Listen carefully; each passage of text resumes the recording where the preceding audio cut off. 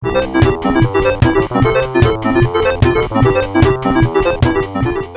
much as I enjoy the Sega Master System, one of my biggest complaints about the console is the lackluster sound the system's sound chip produces. In my opinion, NES games often sound better than Master System games. However, things were a bit different in Japan. As you probably know, the Master System started out life as the Sega Mark III. This system had an expansion port on the front, and one of the accessories taking advantage of this port adds additional sound capabilities. The FM sound unit added a Yamaha YM2413 FM synthesis sound chip. Despite being an add-on, a fairly large number of games include FM sound unit support. Games programmed for the FM sound unit generally, but not always, sound superior to the stock PSG sound, with some music comparing favorably to Sega Genesis titles. Even better, the Japanese Master System has the chip built in, which is pretty awesome. Unfortunately, the FM chip is not built into American or European Master Systems, and the FM sound unit was never released outside Japan.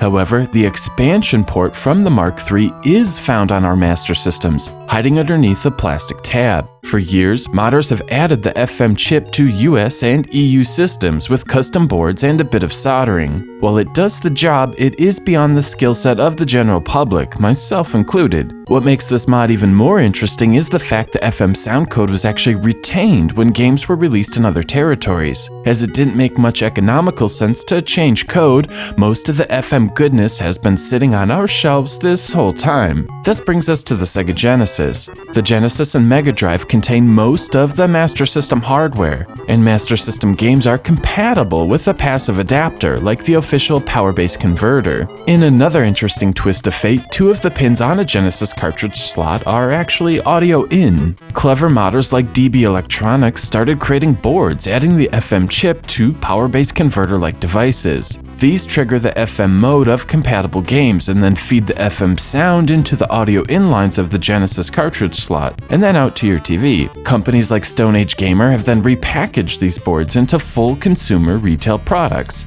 like the Power-Base Mini FM, which I am using for this video. Like last time, I'm about done talking. Instead, I'm going to play a clip of the game with the default PSG sound, then a second clip with the FM sound, allowing you to compare the difference and come to your own conclusions. So, with that, I present 5 American Master System games released with FM sound.